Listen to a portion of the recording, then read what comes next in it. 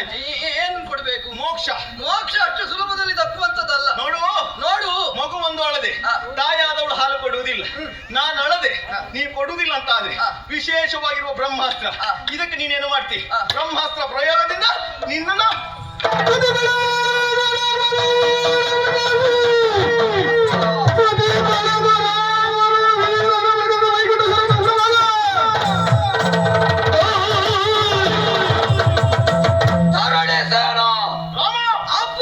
ಅವಿವೇಕತ್ವದ ಪರಮಾವಧಿಯೇ. ಏನೋ ಪುಟ್ಟ ಬಾಲಕ ಸಹಜಗದ ದಿಟ್ಟತನದ ನುಡಿಗಳನ್ನು ಆಡ್ತಾನೆ. ಒಂದೆರಡು ಸಂಭಾಷಣೆಯ ತನ್ನುಕೇನವಾಗಿ ಅವನನ್ನ ಹಿಂದಕ್ಕೆ ಕಳುಹಿಸಬಹುದು.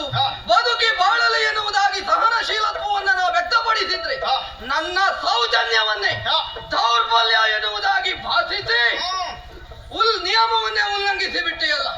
ಅನುಲ್ಲಂಘಿಯವ ಎಂಬಂತೆಗೆ ಏನು ಬ್ರಹ್ಮಾಸ್ತ್ರವನ್ನು ಪ್ರಯೋಗಿಸಿದಾಗ ಈಗ ನಿನ್ನಲ್ಲಿ ನಿಜವಾದ ರಾಕ್ಷಸೀಯತ್ವವನ್ನು ನಾ ಕಾಣ್ತಾ ಇದ್ದೇನೆ. ನಿನ್ನ ಬ್ರಹ್ಮಾಸ್ತ್ರವನ್ನ ಖಂಡಿಸಿ ನಿನ್ನ ಕಂಠವ